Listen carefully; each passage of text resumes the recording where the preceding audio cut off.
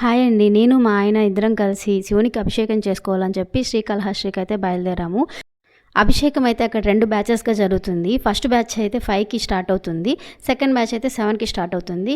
5 కంటే మేము 4:30కి ఉండాలి కాబట్టి అక్కడికి వెళ్ళేసరికి లేట్ అయిపోతుందని చెప్పి మేము తిరుపతి నుంచి అయితే 5కి అయితే స్టార్ట్ అయ్యాము. ఇంకా అక్కడికి వెళ్ళేసరికి అయితే 6 అయిందండి.